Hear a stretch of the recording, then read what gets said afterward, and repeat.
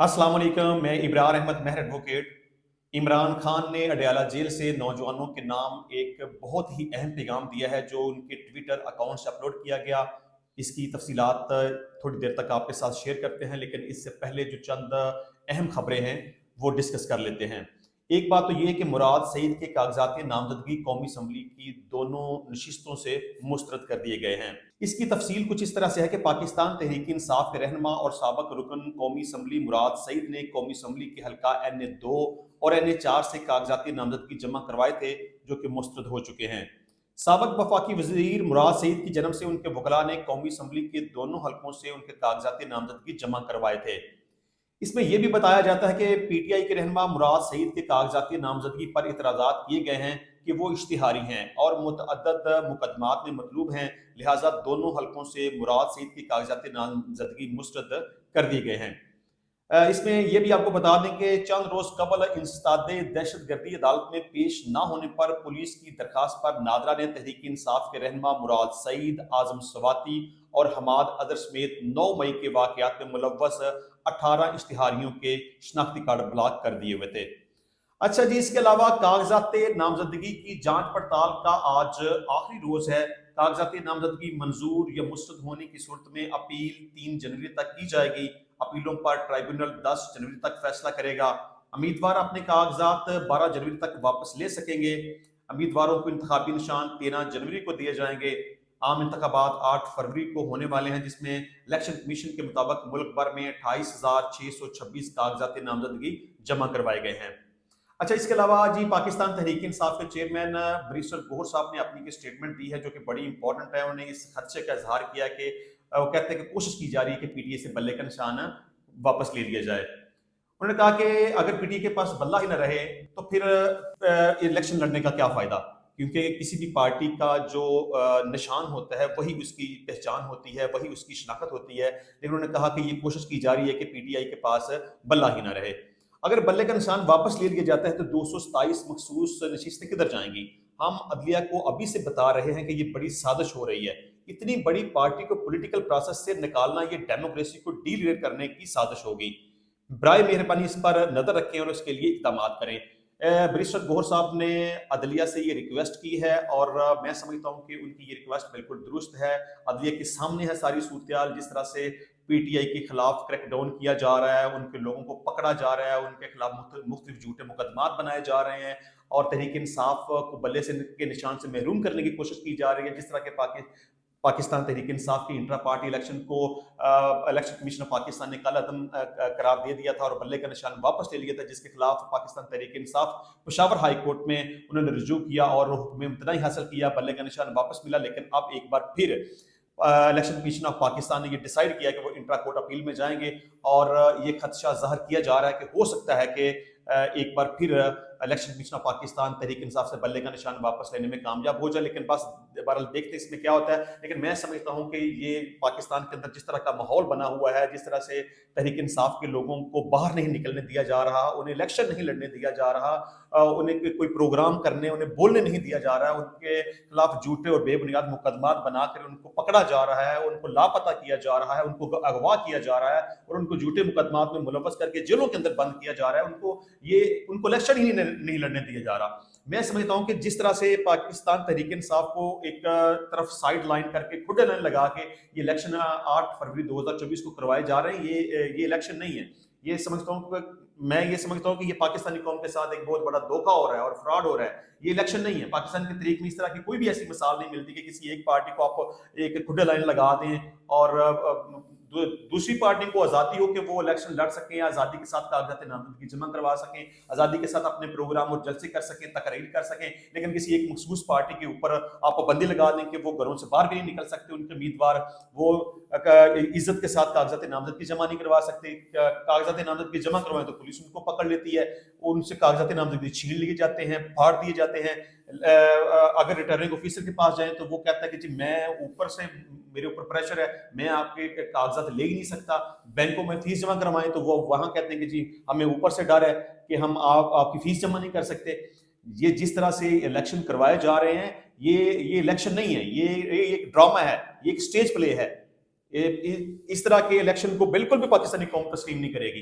اگر اس طرح تحریک انصاف کے ساتھ یہ ظلم اور زیادتی اسی طرح برقرار رکھی گئی اور ان کو پراپر طریقے سے الیکشن نہ لڑنے دیا گیا اور کسی ایسے شخص کو اس قوم کے اوپر مسلط کر دیا گیا جس کو یہ قوم پسند نہیں کرتی، تو پھر اس ملک کو نقصان ہوگا۔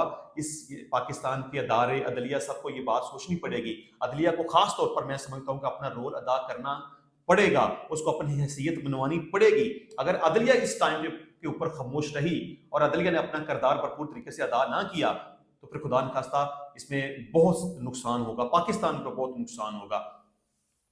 عدلیہ کو سب کچھ نظر آ رہا ہے کہ کریک ڈاؤن کیا جا رہا ہے، جھوٹے مقدمات بنائے جا رہے ہیں، بلا وجہ جیلوں کے اندر بند کیا جا رہا ہے۔ عدالتوں کو پتہ ہے کہ وہ ضمانت دیتے ہیں تو پھر پکڑ لیتے ہیں، پھر ضمانت دیتے ہیں تو پھر پکڑ لیتے ہیں، عدالتیں سب جانتی ہیں۔ لیکن میں سمجھتا ہوں کہ عدالتوں کو اپنا کردار پراپر طریقے سے ادا کرنا چاہیے اور ان کو اپنی حیثیت کو بنوانا چاہیے۔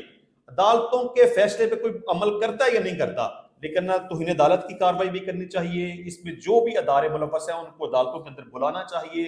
اس میں اگر پولیس غلط کر رہی ہے تو ان کے خلاف توہین عدالت کی کارروائی کرنی چاہیے، توہین عدالت کی کارروائی کرتے ہوئے جیل بیچنے کا حکم جاری کرنا چاہیے۔ جو کچھ بھی عدالتیں کر سکتی ہیں قانون اور آئین کے دائرے کے اندر رہتے ہوئے عدالتوں کو ہر صورت میں وہ کرنا چاہیے۔ ان کے فیصلوں کے اوپر عمل ہوتا یا نہیں ہوتا، لیکن عدالتوں کو چاہیے کہ اپنا کردار ادا کر جائیں، اپنا رول پلے کر جائیں، تاریخ میں ان کا نام سنہری حروف میں لکھا جائے گا۔ اچھا، اس کے علاوہ سردار لطیف کھوسہ صاحب نے یہ کہا کہ نواز شریف صاحب آپ کو پہلے 3 دفعہ اس ملک کو لوٹ چکے ہیں اور اب آپ 4تھی دفعہ اس ملک کو لوٹنے کے لیے آ رہے ہیں۔ پہلے آپ نے کون سے بڑے کارنامے کر لیے جو آپ 4تھی دفعہ یہ کارنامہ کرنا چاہتے ہیں؟ قوم سب کچھ دیکھ رہی ہے، اتنی بڑی دھاندلی کے باوجود بھی آپ الیکشن نہیں جیت رہے۔ میں سمجھتا ہوں کہ یہ بات صحیح ہے، جس طرح پری پول ٹرگنگ کی جا رہی ہے، یہ سارے تماشے ڈرامے لگائے جا رہے ہیں جو میں پہلے بھی ڈسکس کر چکا ہوں، اس طرح سے الیکشن نہیں ہوتے۔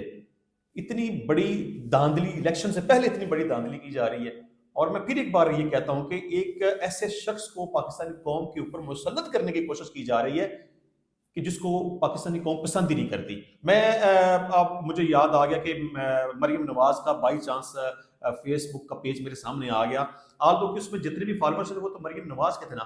تو جب میں نے کچھ اس کو تھوڑا سا گو تھرو کیا، میں نے دیکھا کہ اس کی جتنی بھی چند پوسٹ دیکھی، نیچے اس کے میں نے کمنٹس دیکھے، تو 10% کمنٹس نواز شریف اور مریم نواز کے حق میں تھے، باقی 90% مریم نواز کے فیس بک کے پیج کے اوپر جو کمنٹس ہیں وہ پاکستان تحریک انصاف کے بارے میں تھے۔ وہ وہاں سب لوگوں نے لکھا ہوتا وزیر اعظم عمران خان زندہ باد۔ تو اس سے میں سمجھتا ہوں کہ ان کو بھی اس بات کا پتہ ہے کہ اس وقت ملک کے جو حالات ہیں اور لوگ کس کو پسند کر رہے ہیں۔ حالیہ جتنے بھی سروے ہوئے ہیں 70% جو پسندیدگی وہ تو پاکستان تحریک انصاف کی ہے، مطلب کہ ووٹ بینک 70% پاکستان تحریک انصاف کا، اور باقی 30% جتنی بھی 174 جماعتیں ان کے ہیں، کیونکہ الیکشن کمیشن کے پاس اس وقت 175 جماعتیں رجسٹرڈ ہیں نا، اور 174 جماعتوں کا ووٹ 30% ہے، اور صرف ایک جماعت پاکستان تحریک انصاف اس کا ووٹ بینک 70% ہے۔ چلیں خیر، اچھا جی، عمران خان، شہباز شریف اور بلاول بھٹو کے کاغذات نامزدگی منظور یا مسترد ہونے کا فیصلہ آج متوقع ہے۔ نواسی میاں والے سے عمران خان کے کاغذات نامزدگی پر خرم روکڑی اور خلیل الرحمان نے اعتراضات دائر کیے ہیں، موقف اپنایا ہے کہ عمران خان سزا یافتہ اور نااہل ہیں۔ اچھا جی، شہباز شریف کے N242 سے کاغذات نامزدگی پر فیصلہ بھی آج متوقع ہے۔ اس میں اعتراض داخل کیا گیا ہے کہ شہباز شریف وزیر اعظم کے حیثیت سے تنخواہ اور مراعات کا انہوں نے اپنے کاغذات نامزدگی کے اندر ذکر نہیں کیا۔ اس کے علاوہ N127 لاہور سے بلاول بھٹو پر بھی اعتراض کیا گیا ہے، تو ان کا فیصلہ آج متوقع ہے۔ اچھا جی، ریحانہ ڈار جو کہ عمر ڈار کی والدہ ہیں، انہوں نے ایک ویڈیو پیغام دیا ہے کہ میرا بڑا بیٹا عمر ڈار اغوا ہو گیا ہے، میں بہت پریشان ہوں، چیف جسٹس سے اپیل کی ہے کہ آپ نوٹس لیں اور میرے بیٹے کو بازیاب کروائیں۔ انہوں نے کہا کہ میرے ساتھ یہ سب کچھ اس لیے ہو رہا ہے کہ مجھے الیکشن سے روکا جا رہا ہے۔ پہلے بھی مجھے زودوکوب کیا، انہوں نے اپنی سٹیٹمنٹ میں اپنے ویڈیو پیغام میں یہ کہا کہ میرے ساتھ پہلے بھی ظلم کیا گیا تھا، میں خواجہ آصف کے خلاف الیکشن لڑنا چاہتی ہوں، اور یہ سب کچھ میرے ساتھ خواجہ آصف کرا رہا ہے۔ میرے گھر میں پولیس بھیجی گئی، میرے اوپر مجھے زودوکوب کیا گیا، مجھے تشدد کا نشانہ بنایا گیا، اور اب میرے بیٹے عمر ڈار کو انہوں نے اغوا کر لیا ہوا ہے، وہ کدھر ہے مجھے اس بارے میں پتہ نہیں ہے۔ بہرحال عمر ڈار کی بازیابی کے لیے آج ہائی کورٹ میں ایک پٹیشن دائر کر دی گئی ہے، اور دیکھتے ہیں اس کا کیا ہوتا ہے۔ اچھا جی، اس کے علاوہ ایک اچھی خبر یہ ہے کہ سونے کی فی تولہ قیمت میں بڑی کمی کر دی گئی ہے۔ ملک میں فی تولہ سونا 1900 روپے سستا ہو کر 2,20,900 روپے کا ہو گیا ہے، اور 10 گرام سونا 1,629 روپے سستا ہونے کے بعد 1,89,386 روپے کا ہو گیا ہے۔ ٹھیک ہے، اس کے علاوہ استحکام پاکستان پارٹی کے رہنما اون چودھری کی بیوی جو کہ سابقہ اداکارہ بھی ہے نور بخاری، انہوں نے استحकाम पाकिस्तान पार्टी की तरफ से मखसूस नशिस्तों पर कागजात नामजदगी जमा करवा दी हैं। और ये नूर बुखारी वही हैं जो इस्लाम से मुतासर होने के बाद उन्होंने पाकिस्तान फिल्म इंडस्ट्री को छोड़ दिया। ये पहले अदाकारा थी, फिल्मों में काम किया करती थी, लेकिन बाद में उन्होंने फिल्में छोड़ दी, अदाकारी छोड़ दी। उसके बाद ओन चौधरी साहब से उन्होंने शादी कर ली, तो अब उन्होंने मखसूस नशिस्तों के लिए कागजात नामजदगी जमा करवा दी हैं। अच्छा जी, इसके अलावा साबिक वजीर श्री मजारी की बेटी ईमान मजारी की शादी हो गई है, वो शादी के बंधन में बंध गई हैं। उनके शोहर अब्दुल हादी ने कहा कि मैंने जिससे मोहब्बत की मैंने उससे शादी कर ली। दोनों के लिए बेस्ट विशेस हैं, ये दोनों एडवोकेट हैं। अच्छा जी, बात हो रही थी कि इमरान खान ने एक ट्वीट किया है। इमरान खान के अकाउंट से एक ट्विटर अकाउंट से एक ट्वीट अपलोड किया गया है, जिसमें उन्होंने नौजवानों को के लिए एक बड़ा ज़बरदस्त पैगाम दिया है। उन्होंने कहा कि 8 फरवरी को अहले सिंध खौफ की जंजीरें तोड़ कर निकलें और अपने वोट को अपने मुस्तकबिल का मुहाफ़िज बनाएं। वो पैगाम इस तरह से है कि उन्होंने कहा कि मुल्क में निज़ाम सियासत और हुकूमत की इस्लाह व तब्दीली की सबसे ज़्यादा ज़रूरत सिंध के अवाम को है। एक करप्ट, हरीस और जराइम पेशा खानदान के ज़ेर तसल्लुत सिंध के शहर खंडरात की तस्वीर पेश करते हैं। सिंध की तमीर और तरक्की में सबसे बड़ी रुकावट यही एक खानदान है। इस बेरहम खानदान की क्याम और तफरीह गाहें बैरून मुल्क में हैं, जहां से ये सूबे को लूटते आए हैं।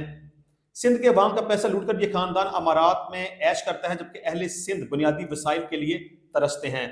अपने जालमाना राज को बरकरार रखने के लिए ये खानदान सूबे को पसमानदा, उसके शहर और देहात को तरक्की व सहूलियात से महरूम रखता है और सरमायाकारों को खौफजदा करता है।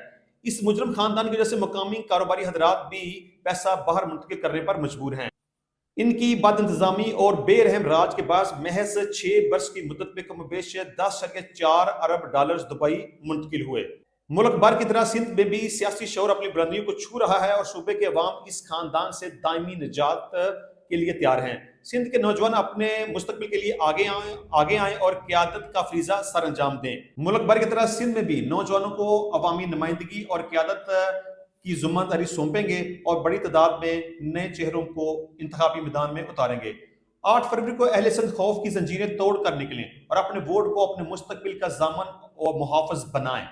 अहले सिंध खुसूसन नौजवानों ने धांधली की राह रोक ली तो तहरीक इंसाफ ही मैदान मारेगी और सिंध तमीर और तरक्की की शाहराह पर गामजन होगा इंशाअल्लाह। ये इमरान खान साहब ने ट्वीट किया है और उन्होंने नौजवानों को खुसूसी पैगाम दिया है कि 8 फरवरी को अहले सिंध खौफ की जंजीरें तोड़ कर निकलें और अपने वोट को अपने मुस्तकबिल का मुहाफ़िज बनाएं। इंशाअल्लाह मिलेंगे नेक्स्ट टाइम नई वीडियो में नए टॉपिक के साथ। तब तक के लिए इजाजत दीजिए। अल्लाह हाफिज।